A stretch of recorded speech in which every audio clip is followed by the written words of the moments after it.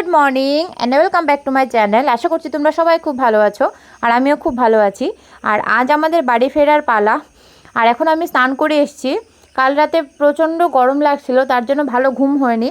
তো ভাবলাম যে ট্রেনে ওঠার আগে একটু স্নানটা করে নিই তাড়াতাড়ি। তো এবার স্নান করে নিয়েছি, এবার আমরা বেরিয়ে যাব। এখন আমরা যাচ্ছি নিচে আমাদের চায়ের অর্ডারটা দিতে। আর লিফটটা জানি না কেন কাজ করছে না, তো তার জন্য সিঁড়ি দিয়েই যেতে হচ্ছে।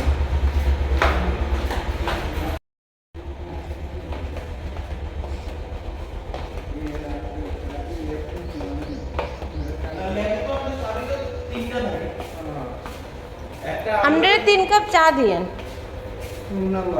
Room number 110। হ্যাঁ হ্যাঁ, 2 চা 3 কাপ।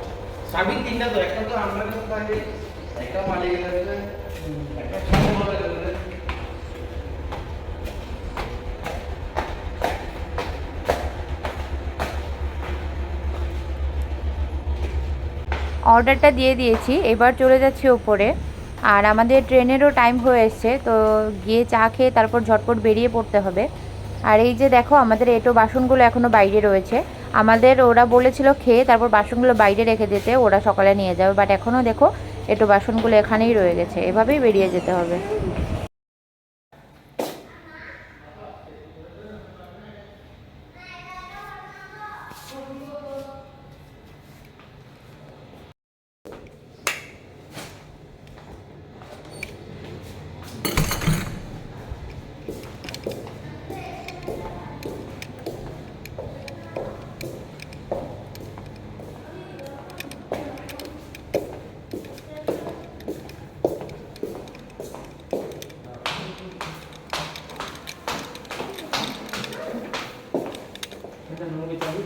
घर पे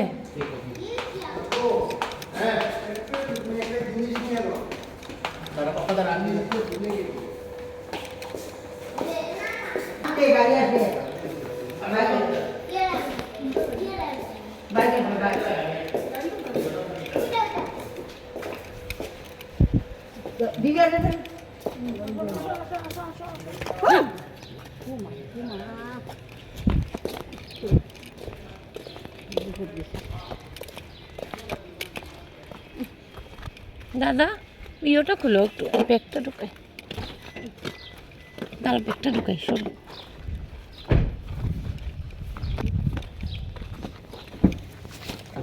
সারা তো কারেন্ট আসলো না।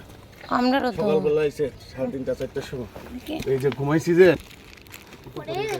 করেই যাবি। এই ব্যাগটা দিলা উপরে, এটা দিলা উপরে।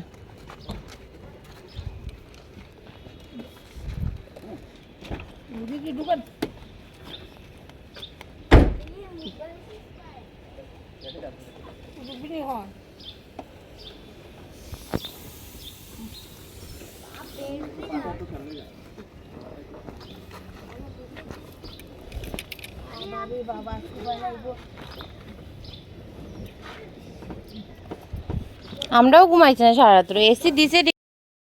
আমারে কই দাও, আমি বাড়ির সামনে এনে ভালো ভালো উঠে দেখি। আচ্ছা এই খুলো। ভাগ্য সিট করো। টাটা চলো, চলো।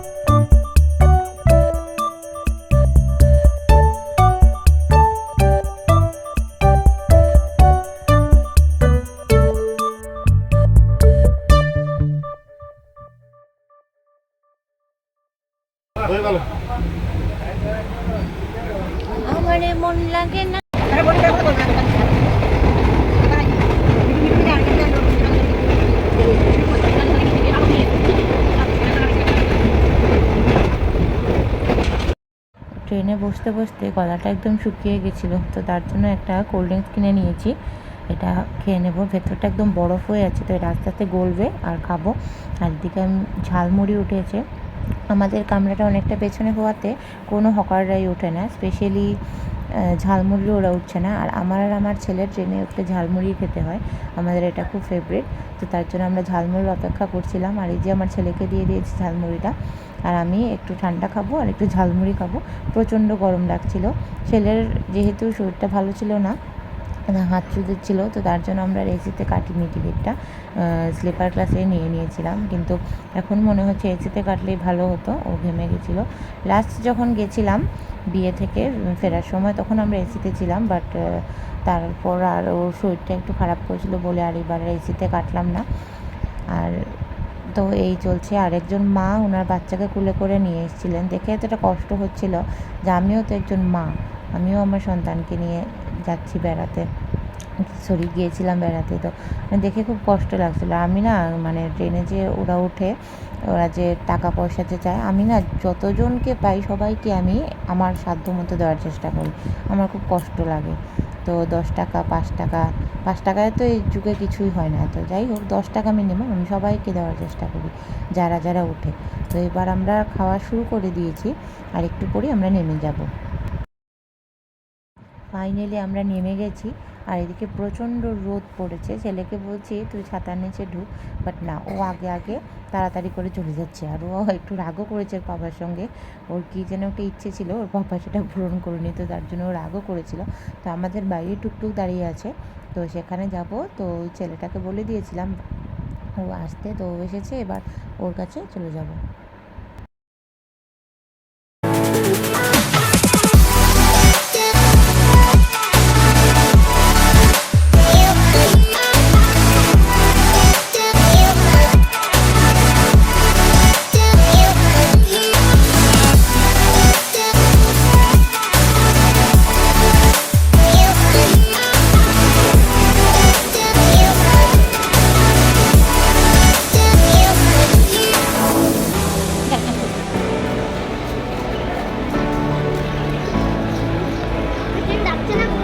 দেখো যাবে না তো বাবা, একটু পরে চলো।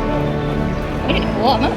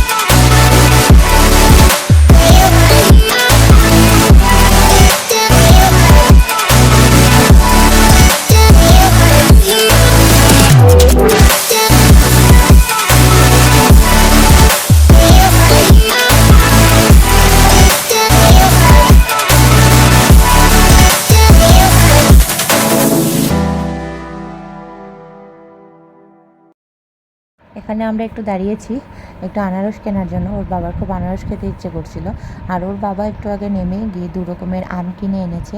তো এবার বাড়িতে যাব, গিয়ে আগে এগুলো খাওয়া হবে, তারপর ভাত রান্না করে রেখেছে বাবা, তো সেগুলো খেয়ে একটু রেস্ট নিতে হবে। প্রচণ্ড টায়ার্ড হয়ে গেছি আমরা, আর মানে একদমই চলতে পারছি না। তো এবার চলো যাওয়া যাক। মাজা না স্প্রাইট বলা